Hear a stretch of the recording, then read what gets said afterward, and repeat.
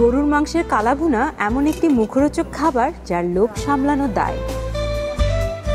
চট্টগ্রামের ঐতিহ্যবাহী এই কালাভুনার স্বাদ নিতে মুখিয়ে থাকেন সবাই। জনপ্রিয় এই আইটেমটি তৈরি করে ফেলতে পারেন বাড়িতেই। রেসিপিটা দেখে নিন আজকের অনুষ্ঠানে। সঙ্গে থাকছে আরও একটি ভিন্ন স্বাদের রেসিপি, মাসকলাই ডালে পালং শাকের যুগলবন্দি।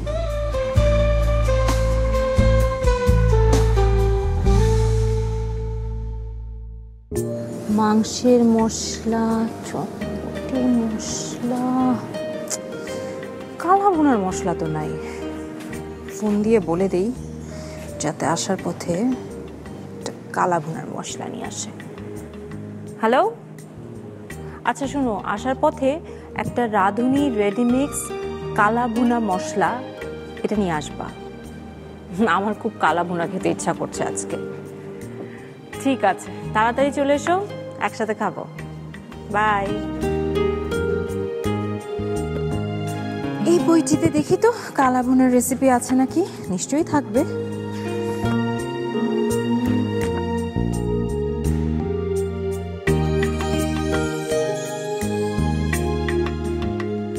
দেশের ঐতিহ্যবাহী সকল রেসিপির সমাহার ঘটেছে এই বইটিতে। তাই চাইলে এই বইটি হাতের কাছে থাকলে ঘরে বসে খুব সহজেই এই রেসিপিগুলো ট্রাই করা যায়। আর আপনাকে আরও এক ধাপ এগিয়ে সহযোগিতা করবার জন্যই কিন্তু আমাদের এই আয়োজন, রাঁধুনির রান্নাঘর বাংলার সেরা 100 রেসিপি এই অনুষ্ঠানটি। দেশ সেরা রাঁধুনিরা কিন্তু আপনাদেরকে আমাদের এই রেসিপিগুলো তৈরি করে দেখাচ্ছে। তাহলে আর অপেক্ষা কিসের? শুরু করছি আজকের অনুষ্ঠান। বাহির বাড়ির উঠোন থেকে ভেতর বাড়ির হেসে গল্পে মায়ায় জড়িয়ে থাকে নানান স্বাদের মিশে। দুই মলাটে বেঁধেছিলেন বাংলার সেই স্বাদ, ভুবন জুড়ে ছড়াবো এবার এই জেগেছে স্বাদ, এই বাংলার স্বাদ, রাঁধুনিদের স্বাদ, রাঁধুনির রান্নাঘর বাংলার সেরা 100 রেসিপি।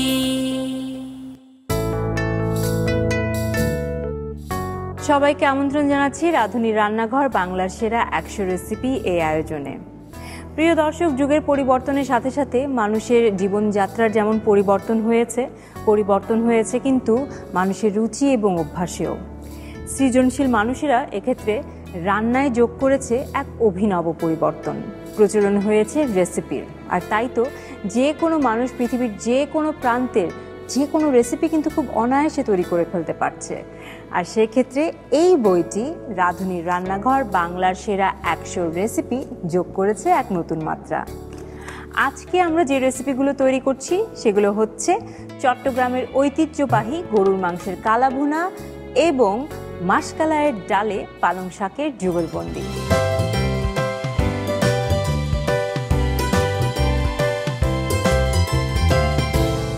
দেশের আর রাঁধুনিদের কাছ থেকে বাছাইকৃত 100টি রেসিপি নিয়ে সাজানো হয়েছে এই বইটি, যে বইটিতে রেসিপিগুলো 8টি ক্যাটাগরিতে ভাগ করা হয়েছে।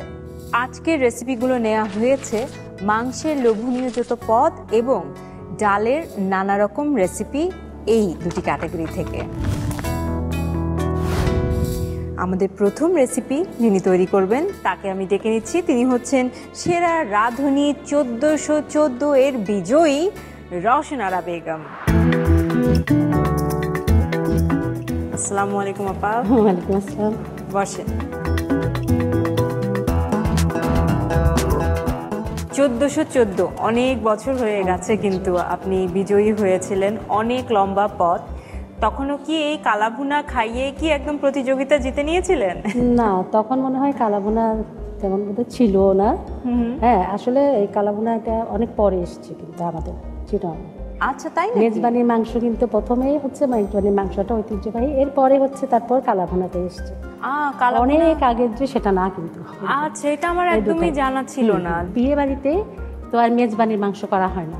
বিয়েতে কিন্তু আমাদের আবার হয় কি, গরু চলে না আমাদের ওখানে। বিয়েতে হয় কি, খাসি গরু দেওয়া যাবে না, খুব ওরা খুব মাইন্ড করে গরু, ঠিক আছে, গরু জবে করা যাবে না, কিন্তু গরুর কালাভুনা দেওয়া যাবে। মানে গরুর মাংস তোমার ইয়ে করতে পারবে না, যে আমরা কোরমা করছি, কালিয়া করছি, ওইগুলো দেওয়া যাবে না। অর্থাৎ বিয়ে বাড়ি থেকেই কিন্তু আস্তে আস্তে আমাদের এখন রান্নাঘরে চলে এসেছে। আমি যেটা বুঝতে পারছি ব্যাপারটা আসলে এরকম ঘটেছে যে মেজবানি কখনো বিয়ের বাড়িতে দেয়া হয় না, বিয়ে বাড়িতে সবসময় খাসি চলে, গরু আইটেম কখনো চলে না। বাট চিরঙের বাবুর্চিরাই উদ্ভাবন করেছে হয়তো এক সময় যে আচ্ছা এইভাবে করে রান্না করলে কালা ভুনা হয়।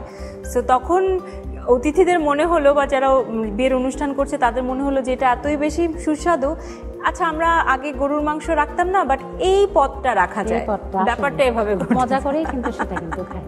মেজবানিকে ছাপিয়ে কালাভুনাটা আসলে এখানে চলে এসেছে এই আমাদের এই বইয়ে। এটার কারণ আপনি কি মনে করেন?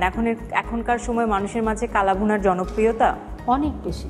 কালাভুনা এমন একটা আইটেম যে ছোট বড় সবাই, কারণ ওটা ভুনা বললেও না, ওটা কিন্তু উপরে থাকে কিন্তু পুরো কালো থাকে, কিন্তু ভেতরে কিন্তু জুসি থাকে, মানে নরম জিনিসটা ভেতরে কিন্তু নরম থাকে, ওটা কিন্তু কালো হয় না। এবং মশলাটাও কিন্তু একটু টেকনিক থাকে, মশলাটাও অনেক সময় হয় কি, অনেকে আবার বিভিন্নভাবে কালাভুনা কিন্তু বিভিন্নভাবে করে, কেউ একেবারে ড্রাই করে, কেউ আবার একটু জুসি করে মশলা করে, আবার কেউ খুব একটা মশলা রাখে না। কিন্তু আপু এই বইটি সম্পর্কে আপনি কি বলবেন? আপনার রেসিপি তো গিয়েছে, এই বইটি যখন আপনি দেখলেন, এই বইটির কথা জানলেন, আপনার অনুভূতি কেমন ছিল? আমি সেই 2008-এর উইনার, এবং এর পরপর কিন্তু আরও অনেক রাঁধুনিরা এসছে, আমরা সবাই কিন্তু একসাথে একটা পরিবার হয়ে গেছি, এটা কিন্তু অনেক আনন্দ দেয়। এবং সেই সূত্র ধরে কিন্তু যেমন এই বইটা বের করেছে, এটাই তো আমাদের অনেক বড় প্রাপ্তি বলবো, এটা আমাদের বাংলাদেশের সব সেরা রাঁধুনিদেরকে নিয়ে কিন্তু এই বইটা, অর্থাৎ ওদের একটা শৈল্পিক রন্ধন, কি বলে রন্ধন মানে রান্না মানে হচ্ছে একটা শিল্প, এবং এই শিল্পের ছোঁয়া কিন্তু এই বইটার মধ্যে আছে। এই বইটা দেখলেই বুঝবে যে কি আসলেই রান্না একটা শিল্প। তো এটা আসলে কালেকশনে রাখার মতো একটা বই, এবং অসংখ্য মানুষ পেয়েছে যাদের পছন্দের খাবার বললে এক কথায় বলে ফেলে কালাভুনা। আপনারটা তো এখন দেখব যে আপনি কালাভুনা কিভাবে রান্না করবেন, এবং আমার দর্শকরাও দেখবে, আমি জানি, আই এম শিওর খুবই দারুণ হবে। চলুন।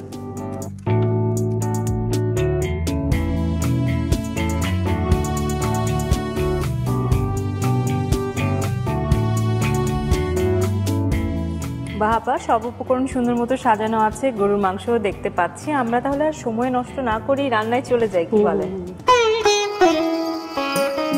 আমি প্রথমে মাংস ম্যারিনেট করব।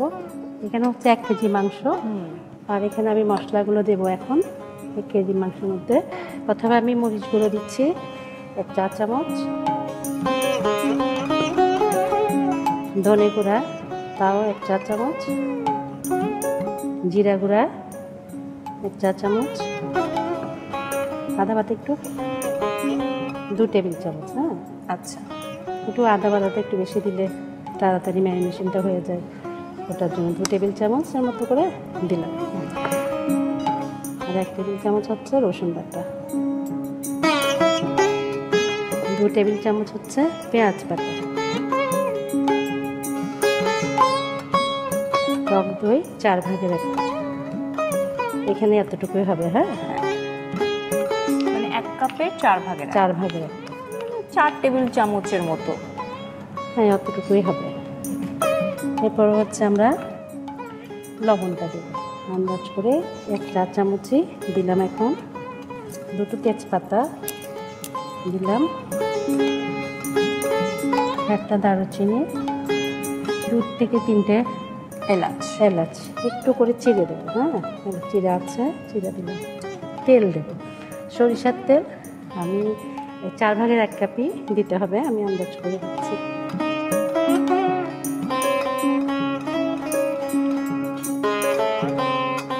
এটা এখন আমরা ভালো করে ম্যারিনেট করে নিচ্ছি। ম্যারিনেশনটা হচ্ছে কিন্তু খুবই গুরুত্বপূর্ণ, কারণ এটা করলে মাংসগুলো নরম হয় এবং সুস্বাদু হয়, তাড়াতাড়ি সেদ্ধ হয়ে যাবে। এগুলো আমরা এখন 1 ঘন্টার জন্য রেখে দেবো। ঠিক আছে, আমরা 1 ঘন্টার জন্য তাহলে অপেক্ষা করছি। 1 ঘন্টা পর আমরা পরের প্রসেসে চলে যাব।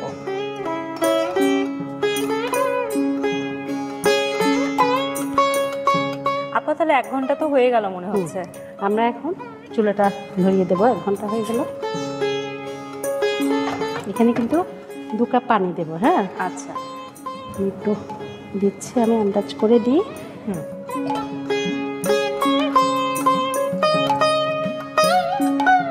2 কাপের মতো পানি দিয়ে আবার একটু নেড়ে দেবো, নেড়ে চুলাটা ধরে দেবো।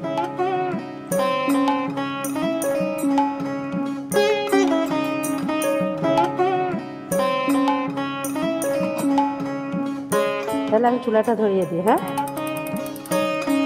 তাহলে এটা মাংসটা পুরো মশলার সাথে একটু কষানো পর্যন্ত আমরা অপেক্ষা করবো। আমরা 1 ঘন্টা তো ম্যারিনেট করলাম, আমরা কিন্তু এটা করতে আরো মানে আধা ঘন্টা লেগে যাবে। হ্যাঁ হ্যাঁ, গরুর মাংস সময় তো লাগে, পানিগুলো শুকাবে, তারপর আবার ভাজতে হবে, একটু ভালো করতে হবে, একটু সময় নিয়ে করতে হয় এটা। হ্যাঁ হ্যাঁ হ্যাঁ, গরুর মাংসের যে কোনো রান্নাই একটু সময়ের সাপেক্ষ ব্যাপার। আরেকটা জিনিস যেটা হচ্ছে সেটা হচ্ছে কাটার উপর নির্ভর করে, মানে আমি কতটুকু বড় পিস করছি। বড় পিস হলে কিন্তু সময় লাগবে, আর একটু ছোট করে পিস করলে একটু তাড়াতাড়ি হবে। অনেকগুলো বিষয় আছে কিন্তু এখানে, মানে হিটটা কিন্তু প্রথমে আমি বাড়িয়ে দিয়েছি। হ্যাঁ, কারণ গরুর মাংস একটু উঁচু তাপে করতে হয় প্রথমে। আচ্ছা, হ্যাঁ, একটু ফ্লেমটা একটু বাড়ানো থাকবে আগে, তারপরে মাঝারি করে দেবো। আপনি যে বললেন যে বাবুর্চিরা হঠাৎ করে এই রান্নাটা শুরু করলো, তারপর তো এখন বিয়ে বাড়িতে মানে কালাভুনার একটা প্রচলিত অবস্থা হয়ে গেল। আমি জানি যে চিটংয়ের সবাই গরুর মাংস খেতে যেহেতু অনেক পছন্দ করে, নাকি হঠাৎ হঠাৎ তারা বানায়? না, যদি চিটংয়ের কথা বলি, চিটংয়ের মানুষ যদি পারে প্রতিদিনই মাংস খেতে চাইবে। ঠিক আছে, প্রতিদিনের মানুষ যদি সম্ভব হতো, যদি স্বাস্থ্যসম্মত হতো, তাহলে কিন্তু প্রতিদিনই কিন্তু এরা কিন্তু টেবিলের মধ্যে কিন্তু রাখতোই। ঠিক আছে আপা, আমি একটু তুলে দেখি। হ্যাঁ হ্যাঁ, তাহলে রেজে দেখেছো, আমি বললাম না যে একটু ফ্লেমটা বাড়ানো থাকলে হয় কি, মানে স্মেলও তো আসছে, স্মেল হচ্ছে সরিষার তেল। সরিষা অনেকে কিন্তু আবার সরিষা বাটাও দেয়। হ্যাঁ, কোনো একটা কারণে আমার কিন্তু সরষের তেলের গন্ধটা কেন জানি খুবই ভালো লাগে, মনে হয় যে কোনো একটা সুস্বাদু কিছু তৈরি হবে। আসলে এটা সুস্বাদু, আর মনে হয় যেন সেটা কি জানো, আমার মনে হয় কি সরিষার তেলের মধ্যে বাঙালিয়ানা একটা ব্যাপার, বিশেষ করে ভর্তা, খিচুড়ি। আমার বাসায় খিচুড়ি রান্না হয় সরষের তেলে, বেগুন ভাজা, কোনো কিছু আসলে শেষের দিকে করে একটু সরিষার তেল দিয়ে দিলে, বিশেষ করে আমি কিন্তু মাছ রান্না একটু দিয়ে থাকি।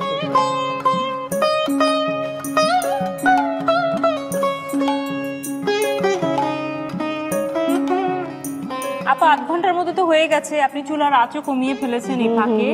এখন মনে হয় হয়ে গেছে। হ্যাঁ, আমি অবশ্যই এর আগে দেখেছি সেদ্ধ হয়ে গেছে। একটু নেড়ে দিই।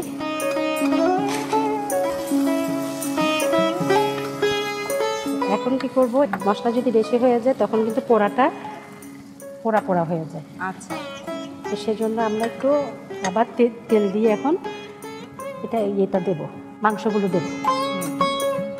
অনেক বেশি সরিষার তেল দিলে একটা স্ট্রং ফ্লেভার চলে আসবে। এত বেশি দিতে হবে না, এখানে যেহেতু একটু তেল আছে। আচ্ছা, সো আমরা একটু সানফ্লাওয়ার অয়েল দিচ্ছি। হ্যাঁ, রাঁধুনি সানফ্লাওয়ার অয়েলটা দিচ্ছি। এখন আমরা এখান থেকে মাংসগুলো তুলেই কিন্তু এখানে ফ্রাই করব। একটু চুলার আঁচটা কিছুটা বাড়িয়ে দেবো, আর অনবরত একটু করে নাড়বো যেন পোড়া না লাগে আর কি। আচ্ছা, ওই অবস্থায় এরপরে অন্যান্য মশলা আছে আরো পরে দেবো। থাকে না মাংসের সাথে কিছু চর্বি থাকে, হাড় থাকে, ওগুলো একটু করে এখানে রেখে দিলাম। হ্যাঁ, আচ্ছা, চর্বি সলিড মাংসগুলো নিলাম, আর অনেক বেশি মশলাটা রেখে দিলাম। চুলার আঁচটা বাড়িয়ে দিয়ে কিন্তু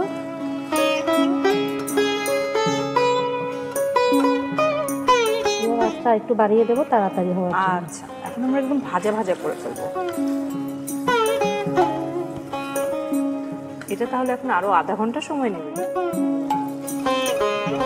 একটু বেরেস্তা দিয়ে দিলাম, অল্প করে পেঁয়াজের বেরেস্তা দিয়ে দিলাম।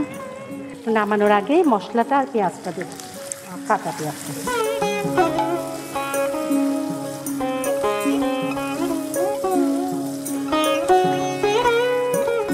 নিচে দিয়ে অনবরত আমি ঘষে ঘষে নিব। সেক্ষেত্রে যেহেতু ননস্টিক, আমরা কাঠের চামচ সবসময় নিব, আর নিচে দিয়ে সারাক্ষণ আমরা একটু ঘষছি যাতে মশলাগুলো নিচে লেগে পুড়ে না যায়। তুমি দেখো কালারটা কিন্তু একটু চেঞ্জ হয়েছে। হ্যাঁ, অনেক। হ্যাঁ, এখন আমি একটা মশলা দিচ্ছি, এই মশলাটা হচ্ছে এখানে চিকন জিরা, মিষ্টি জিরা, লং আর হচ্ছে জৈন। আচ্ছা, জৈন, এটা কেউ জোয়ান বলে, কেউ জৈন বলে। এই মশলাটা দিলে এটার একটা ফ্লেভার আসবে। দেখো কালার কিন্তু চলে এসছে। আর এই পেঁয়াজটা দেবো এখন, একদম শেষ পর্যায়ে দিব। হ্যাঁ হ্যাঁ, শেষ পর্যায়ে এই পেঁয়াজটা দেবো, যাতে আমরা খাওয়ার সময় এইভাবে কাটার কারণ হচ্ছে খাওয়ার সময় যাতে খাওয়ার পেঁয়াজের সময় কেউ খাওয়ার সময় বাইটটা আসলে পায়। একটু একটু হ্যাঁ। বাইটটা পেলে ভালো লাগবে। হ্যাঁ, এটাই হচ্ছে মানে কালা ভুনার বৈশিষ্ট্য, এভাবে পেঁয়াজ দেওয়াটা একটা। এটা কিন্তু আস্তে আস্তে কালো হয়ে যাচ্ছে, হয়ে যাবে। হ্যাঁ।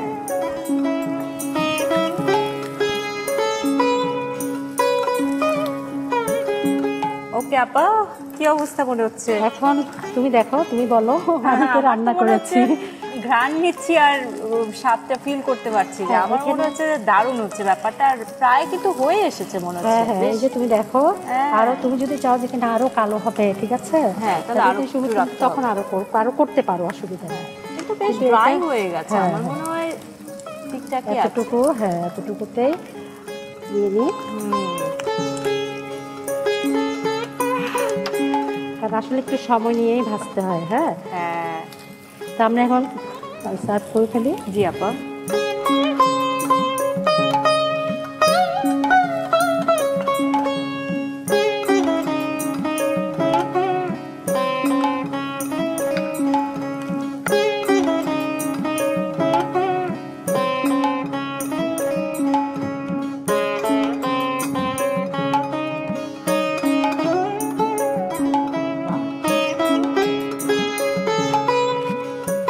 নাবিলা, তৈরি হয়ে গেল আমাদের চট্টগ্রামের কালা ভুনা। অনেক অনেক ধন্যবাদ আপা, একেবারে আমি দেখতে পাচ্ছি বইয়ের মতোই কিন্তু লাগছে, কি দারুণ। আশা করি তুমিও ট্রাই করে দেখবে আর কি। অবশ্যই আমি এখনই ট্রাই করব এবং আপনার রেসিপির মতো করে আমি বাড়িতে ট্রাই করব, এবং আমি আমার সকল দর্শকদেরও বলবো যে আপা যেভাবে ট্রাই করেছে, আমাদেরকে তৈরি করে দেখিয়েছে, সেভাবে আপনারা বাসায় একবার তৈরি করুন। সেরা রাঁধুনি বলে কথা, আপনাদের জন্য পুরো প্রস্তুত প্রণালীটি একবার দেখিয়ে দিচ্ছি।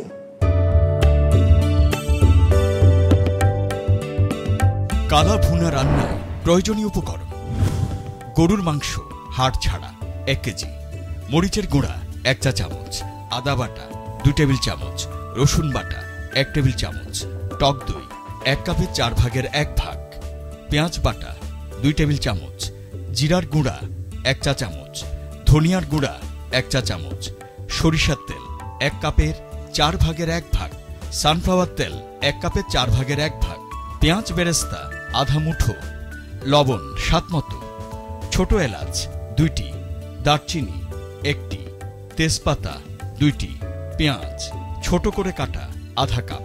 কালা ভুনা স্পেশাল মশলার জন্য গোলমরিচ 8টি, মিষ্টি জিরা আধা চা চামচ, জিরা আধা চা চামচ, রাঁধুনি আধা চা চামচ। সবগুলো মশলা ভেজে ভালো করে গুঁড়া করে 1 চা চামচ দিতে হবে।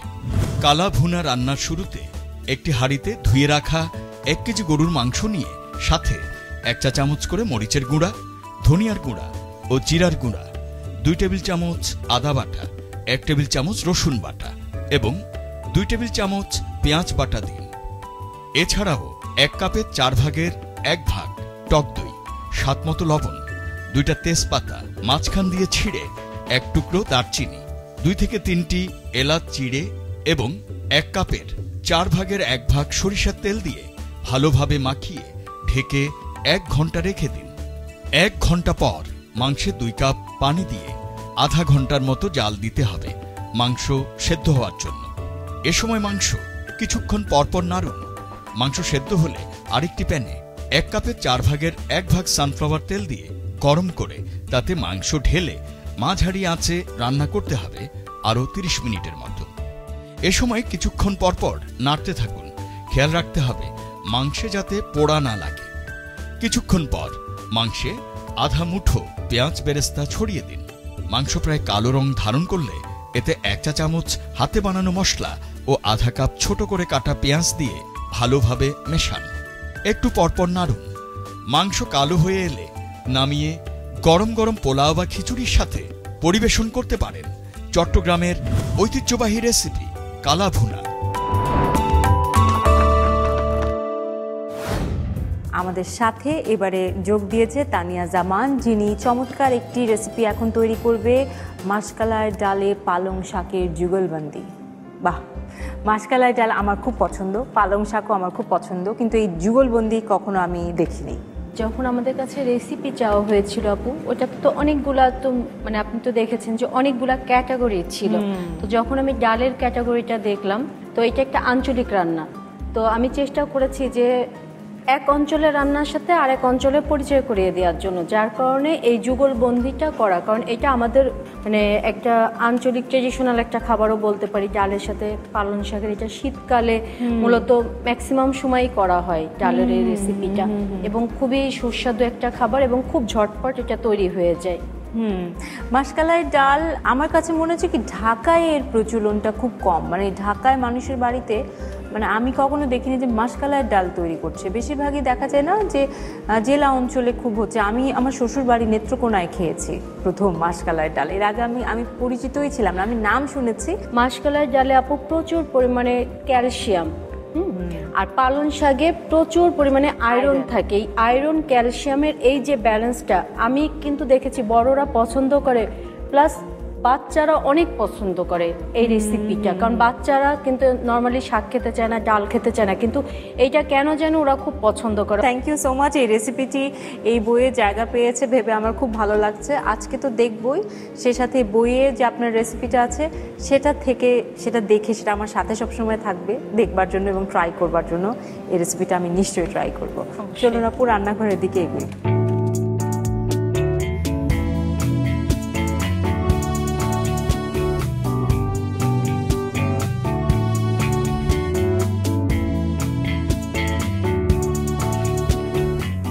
আপু উপকরণগুলো তো রেডি, রান্নাও তাহলে শুরু করি। অবশ্যই।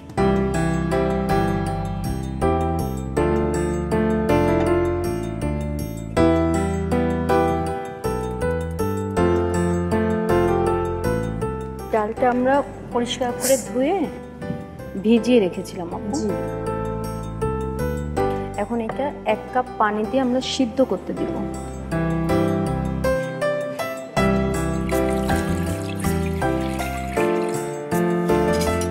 কতটুকু ডাল নিয়েছি আমরা? 250 গ্রাম। 250। ভেজানোর পরে এটা একটু বেড়েছে।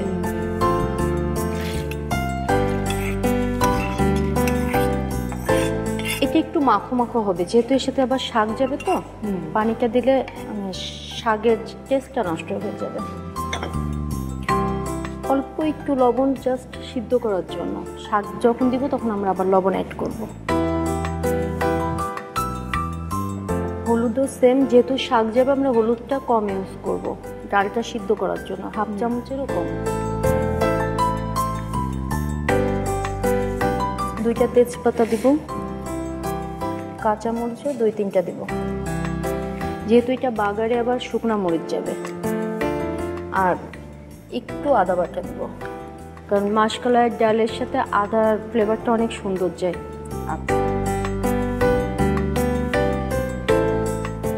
অল্প একটু 1/2 চা চামচ মতো রসুন কুচি, কারণ বাগারে এটা আবার আমরা ইউজ করব।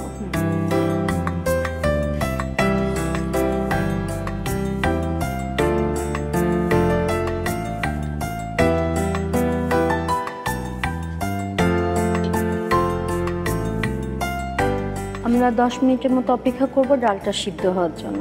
মাশকালাই ডাল আমি অনেক সময় দেখি যে গুঁড়ো করে এই ডাল সিদ্ধ করা হয় বা গুঁড়ো করে ব্যবহার করা হয়, এরকম কোনো নিয়ম আছে কি? না আপু, এটা সিদ্ধ হয় খুব সহজে, যেহেতু পানিতে ভেজানো থাকে। এটা মুগ ডালের মতোই খুব অল্প সময় সিদ্ধ হয়ে যায়। আচ্ছা ঠিক আছে। এটা ওভার সিদ্ধ হয়ে গেলে আপু একটু বেশি ভিজলে হয়ে যায়, ওটা কিন্তু ভালো লাগে না। আচ্ছা ওকে। একটু গোটা গোটা থাকলে খেতে ভালো লাগে। আমি যেটা খেয়েছিলাম আমার শ্বশুর বাড়িতে নেত্রকোনায়, সেখানে কিন্তু একদম প্লেন ছিল, মানে একদম কি বলবো গোটা গোটা ছিল না, মানে একদম ম্যাশড ছিল আর কি। তো আমি যেটা জেনেছিলাম, আমি তো নিজে তৈরি করিনি, আমি জেনেছি একদম গুঁড়ো করে ফেলেন। আপু আপনি তো মাশকালাই ডাল দিয়ে এই পালং শাক মানে করছেন, যেটা আপনি বলছেন খুলনা ঐতিহ্যবাহী, আর কি কি আপনারা করেন এই ডালের সাথে? আর কিসের কিসের যুগলবন্দি হয়? আপনাদের খুলনায়? এই ডালটা একটা মজার খাবার হয়, সেটা হচ্ছে কুমড়ো বড়িটা। আচ্ছা, শীতকালে এই বড়িটা মানে এমন কেউ নেই যে কারো বাসায় হবে না। হ্যাঁ, ওটা অনেক মজা হয়। এটা অনেক অঞ্চলে হয়তো কুমড়ো বড়িটাই চেনে না, তাই না? এটা আমরা অনেক পছন্দ করে খাই এবং অনেক হেলদি একটা খাবার ওইটা, এবং সংরক্ষণ করা যায়। আচ্ছা আপু, আমরা একটু দেখি যে ডালটা মনে হয় হয়ে এসছে।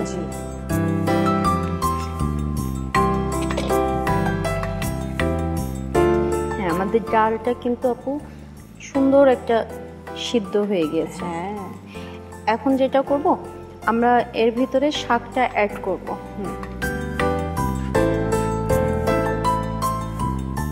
এখানেও 250 গ্রাম মিনিমাম, মানে শাক যতটুকু ডাল ততটুকু হলে একটু মাখো মাখো ভাব হয়, যে আচ্ছা। যুগলবন্দি যেটা। আচ্ছা, আমি একটা হাত দিয়ে দিতে পারি। সো যতটুক ডাল হবে ঠিক ওটুক শাক হ্যাঁ। হবে। ওকে, তাহলে এই যুগলবন্দিটা খুব ভালো হবে।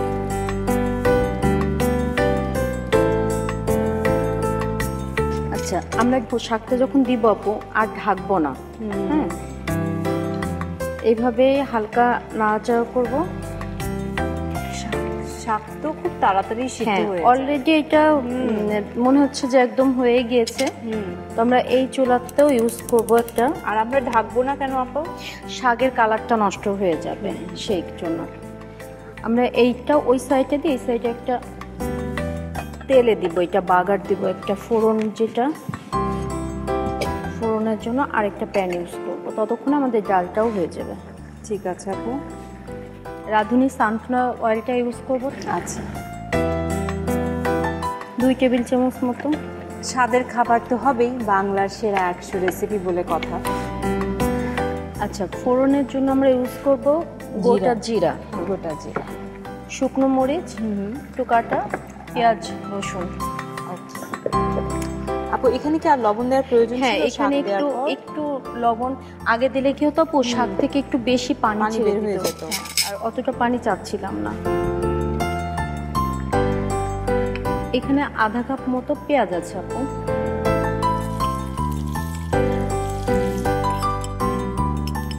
রসুন 1 চা চামচ, যেহেতু রসুনের অনেক স্ট্রং ফ্লেভার। আর এখানে অনেকটা মরিচ আছে, এতটা দিব না, 3-4টা মতো। সঙ্গে একটু ফোড়নের জন্য জিরাটা ইউজ করব, গোটা জিরা। এটা কি 1 চা চামচের মতো?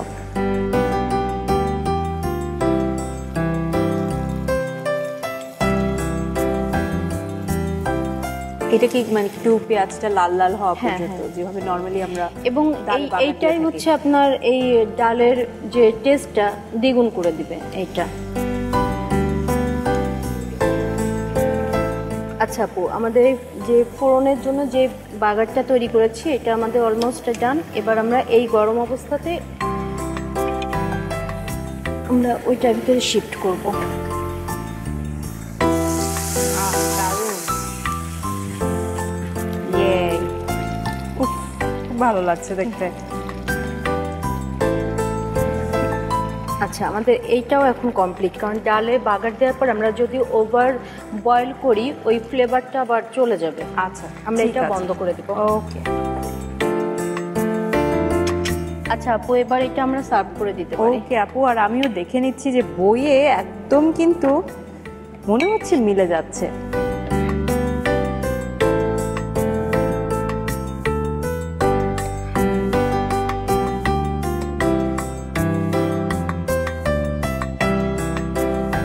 জাস্ট একটু বেরেস্তা মাঝখানে দেওয়া, একটু ছড়াচ্ছি, ব্যাস।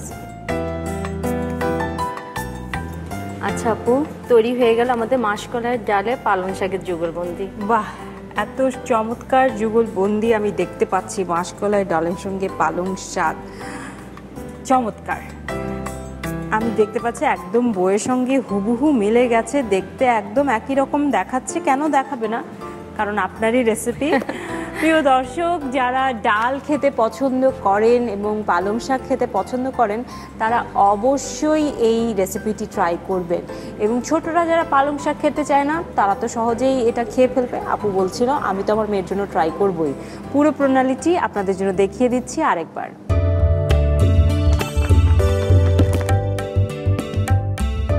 মাসকলাই ডালে পালং শাকের যুগলবন্দি রান্নায় প্রয়োজনীয় উপকরণ: মাসকলাই ডাল 250 গ্রাম, পালং শাক 250 গ্রাম, হলুদের গুঁড়া আধা চা চামচ, তেল 2 টেবিল চামচ, পেঁয়াজ কুচি আধা কাপ, রসুন কুচি 1.5 চা চামচ, আদা বাটা 1 চা চামচ, তেজপাতা 2টি, গোটা জিরা 1 চা চামচ, শুকনো মরিচ টুকরো করা 2 থেকে 3টি, কাঁচা মরিচ 2 থেকে 3টি, পেঁয়াজ বেরেস্তা সামান্য, লবণ স্বাদমতো।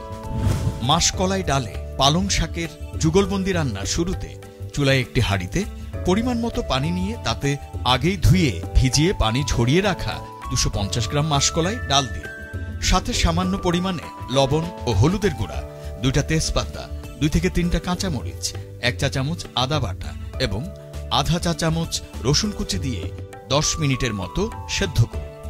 10 মিনিট পর ডাল সেদ্ধ হয়ে গেলে এতে আগেই ধুয়ে কুচি করে রাখা 250 গ্রাম পালং শাক দিয়ে ভালোভাবে নেড়ে অল্প আঁচে রান্না করুন। অন্যদিকে আরেকটি চুলায় একটি প্যানে 2 টেবিল চামচ তেল দিয়ে গরম করতে হবে। তেল গরম হতে হতে ডালের হাঁড়িতে স্বাদমতো লবণ দিয়ে দিন। তেল গরম হলে তাতে আধা কাপ পেঁয়াজ কুচি ও 1 চা চামচ রসুন কুচি, 3 থেকে 4টা শুকনো মরিচ ফালি ও 1 চা চামচ গোটা জিরা দিয়ে লাল করে ভেজে নিন। ডাল ও শাক ফুটে ঘন হয়ে এলে অন্য পাত্রের ভাজা ফোড়ন এতে দিয়ে দিন। ভালো করে নেড়ে ফোড়নটা মিশিয়ে চুলা থেকে নামিয়ে উপরে সামান্য পেঁয়াজ বেরেস্তা ছড়িয়ে দিয়ে গরম গরম পরিবেশন করুন ডালের ভিন্নধর্মী রেসিপি মাসকলাই ডালে পালং শাকের যুগলবন্দি। চমৎকার দুটো রেসিপি, একটি হচ্ছে চিটংয়ের, একটি খুলনার। ঐতিহ্যবাহী রান্না বলে কথা, দুটো চমৎকার রেসিপি এখন আমরা ট্রাই করব। আর তো আপা আমি ওয়েট করতে পারছি না, আসুন আপনার পাতে আমি একটু ভাত বেড়ে দিই।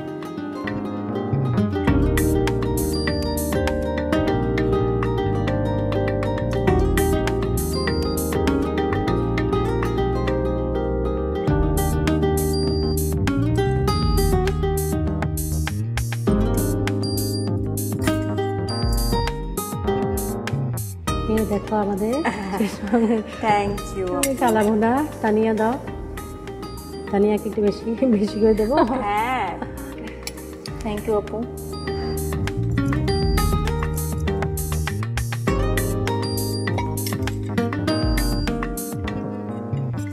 শুধু ডাল দিও না, কারণ তুমি যুগলবন্দি করেছ। হ্যাঁ আমার অনেক পছন্দের খাবার। থ্যাংক ইউ, ধন্যবাদ আপু। ঠিক আছে, আমরা টেস্ট করে দেখি। একদম। আগে কোনটা দিয়ে শুরু করব? আমি আসলে শাকটা দিয়ে শুরু করি। আমিও তাই করি তাহলে, কিন্তু আমি কালা ভুনাটা আগে ট্রাই করতে চাই। তুমি তো তোমার খাবারটা জানো, তাই আমরা তোমারটা দিয়ে টেস্ট করি। আপা কি মনে হচ্ছে ডালটা? আমার তো দারুণ লাগছে। প্রথমত হচ্ছে যে মানে সব কিছু একটা ব্যালেন্স আছে, একটা লবণ, হ্যাঁ ঝালটা আমার মনে হয় এতটুকু দাও। বাচ্চাদের জন্য হলে ঠিক আছে, আমাদের জন্য হলে কিন্তু আরেকটু প্রয়োজন ছিল। ঠিক আছে, আমি ঠিক বলেছি? মানে ঝালটা তো আসলে পছন্দ মতো, ঠিক আছে? হ্যাঁ তাই কিন্তু এই খাবারটা যদি আমি বলি আমার কথা, আমি কিন্তু আসলে অনেক পছন্দ করি, কারণ তোমার খাবারটা হচ্ছে একটা পুষ্টিকর খাবার, তাই না? ডালটা তো আছে জানো, প্রোটিন, ভিটামিন, শাক দুটোই কিন্তু যাচ্ছে। আর আমারটা হচ্ছে যে গুরুপাত। না অসম্ভব ভালো, আসলে ভালো হয়েছে সবার জন্য। আমিও অনেক কালা ভুনা খেয়েছি, বাট তোমারটার ভিতরে মানে এই যে একটা জুসিনেস, সফটনেস, এটা বলছে এই কারণে আমি একবার কালা ভুনা ট্রাই করতে যে প্রথম বাইট দেওয়ার সাথে তো আমার মুখ কেটে গিয়েছিল। মানে ওভার যে একটা কুক বা ভাজার, এটা আলাদা করে আবার একটু ভাজা হয়েছে, ওইটার কারণে আমি যেই ফার্স্ট বাইটটা নিয়েছিলাম আমার মুখে 3টা ক্রাচ পড়ে গিয়েছিল, মানে এইভাবে কেটে গিয়েছিল। কিন্তু দেখো আপু, আমরা হাত ছাড়াই যখন এটা কাটতেছি, মাংসটা জুসি, এদিকে ভাজা, এদিকে অসম্ভব মজা। মানে তুমি যে আমাদের সিনিয়র একজন আমাদের রন্ধনশিল্পী, আমি গর্ববোধ করছি যে তোমার খাবার আমি এতদিন পরে 1414 পরে যে আবার আমরা এই বইয়ের সুবাদে আমরা খাওয়ার রাঁধুনির সুবাদে এসেছি আমরা। অবশ্যই আমরা কৃতজ্ঞ রাঁধুনির কাছে যে এত সুন্দর একটা বইয়ের অংশ হতে পেরেছি। চিটংয়ের এই খাবারটা নতুন করে তোমার হাতে খাওয়ার সুযোগ হয়েছে বলে আমি খুবই নিজেকে ধন্যবাদ করছি। আমারও ভালো খুবই ভালো লাগছে লাগছে। তোমার সাথে দীর্ঘদিন আমি পর- আরেকটু খাই, হ্যাঁ দীর্ঘদিন পর আমার অনেক তোমার ভালো সাথে লেগেছে। একসাথে বসে যে আজকে খাওয়ার যে সৌভাগ্য হয়েছে, আসলে সেটা রাঁধুনির জন্য অসংখ্য ধন্যবাদ, রাঁধুনিকে আমাদেরকে একত্রিত করার জন্য। খেয়ে দিয়ে আমার উদরপূর্তি হয়ে গেছে। দুইটা আঞ্চলিক রেসিপি আমি ট্রাই করেছি। এবারে আমাদের পরবর্তী রাউন্ডে চলে যাচ্ছি, যার নাম হচ্ছে ঝটপট প্রশ্নের চটপট উত্তর। শুরু করছি ঝটপট প্রশ্নের চটপট উত্তর। ঝটপট আমি তিনটি করে প্রশ্ন করব দুজনকে, আপনাদের চটপট উত্তর দিতে হবে, ঠিক আছে? আপু, আপনাকে দিয়ে শুরু করছি আগে। প্রশ্ন হচ্ছে, বিশ্বের সবচেয়ে দামি চায়ের নাম কি? ডা হং পাও, এটা চীনে উৎপাদিত হয় এবং আমার মনে হয় এটা পার কিলো আপনার $1.2 মিলিয়ন। কি আছে এই চায়? এতটাই এক্সপেন্সিভ।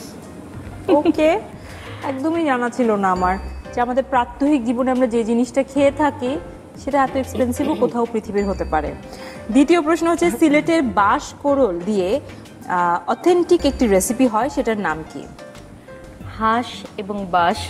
সঠিক উত্তর। আপনার জন্য তৃতীয় প্রশ্ন হচ্ছে, বিশ্বের সবচেয়ে বেশি চাল উৎপাদন করে কোন দেশ? আচ্ছা, প্রথমত বেশি উৎপাদন হয় চীনে 28%, তারপরে ভারতে 27% এবং থার্ড হচ্ছে বাংলাদেশ 7%। অথচ আমি ভেবেছি আমাকে প্রশ্ন যদি করতে আমি বাংলাদেশই বলতাম, সবাই ভাত খাই আমরা। ওকে, বাট উত্তর হচ্ছে চীন। আপা, এবার আপনাকে এভাবে ঠিক তিনটা প্রশ্ন করছি। কলায় সবচেয়ে বেশি কি পাওয়া যায়? পটাশিয়াম। রাইট। ঘি কি দিয়ে তৈরি হয়? দুধের সর। Absolutely right. শেষ প্রশ্ন হচ্ছে, রেড কারি পেস্ট মশলা মূলত কোন দেশীয় রান্নায় ব্যবহৃত হয়? থাইল্যান্ড। সঠিক উত্তর। আপনাদের রেসিপি তো এই বইয়ে আছে, বইটা আপনাদের অনেক পরিচিত।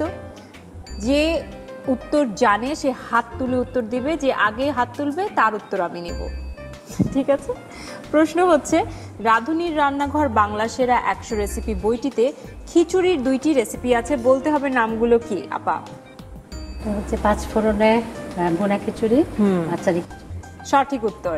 দ্বিতীয় প্রশ্ন হচ্ছে, রাঁধুনির রান্নাঘর বাংলা সেরা 100 রেসিপি বইটিতে চিকেন খুশবু রাইসে কোন চাল ব্যবহৃত হয়েছে? একটুখানি আগে আপা বলেছে, আপা বলেন। বাসমতি। সঠিক উত্তর। খুশবু রাইসের মধ্যে বাসমতি চালটা ব্যবহার করেছে, কিন্তু আমি যদি রান্না করি বাসমতি দিয়ে রান্না করব না, আমি করলে চিনি গুঁড়া দিয়ে রান্না করব। আপনার পছন্দ না? কারণ আমার আসলে বাসমতি চালটা পছন্দ না। আমার কোনো এক সময় আমি রান্না করেছিলাম, আমার একটা গন্ধ লেগেছিল। কেন লেগেছে আমি জানি না সেটা। ওই যে আসলে অনেক সময় হয় না, কিছু একটা যদি মানে হয়ে যায় তাহলে কিন্তু আর মন চায় না খেতে। আমার হয়ে গেছে না হলে কিন্তু ভালো। হ্যাঁ। তৃতীয় প্রশ্ন, আরো দুটো প্রশ্ন আছে। রাঁধুনি রান্নাঘর বাংলা সেরা 100 রেসিপি বইটিতে স্যাফরন চিকেন কারিতে 2 ধরনের বাদাম ব্যবহার করা হয়েছে, বাদামগুলো কি কি? কাজু বাদাম এবং কাঠবাদাম। ইয়েস, একদম সঠিক উত্তর। শেষ প্রশ্ন, রাঁধুনি রান্নাঘর বাংলা সেরা 100 রেসিপি বইটিতে পেস্তা বাদামের শরবতে কোন দই ব্যবহার করা হয়েছে? আপা বলবেন। মিষ্টি দই। একদম সঠিক উত্তর। এবং আপনাদেরকে কি বলবো, আপা তো মনে হয় একটু এগিয়ে আছে। কি করা যায় বলেন তো তানিয়া আপু? গিফট হ্যাম্পার দেওয়া যায়। গিফট হ্যাম্পার দেওয়া যায়, ঠিক আছে। গিফট হ্যাম্পার আপাকে একটা দিয়ে দিলাম, যেহেতু আপা সবগুলো বেশিরভাগ প্রশ্নের সঠিক উত্তর দিয়েছেন। কিন্তু আপনাকেও ছাড়ছি না, আপনার জন্য রয়েছে রাঁধুনির পক্ষ থেকে এই গিফট হ্যাম্পারটি।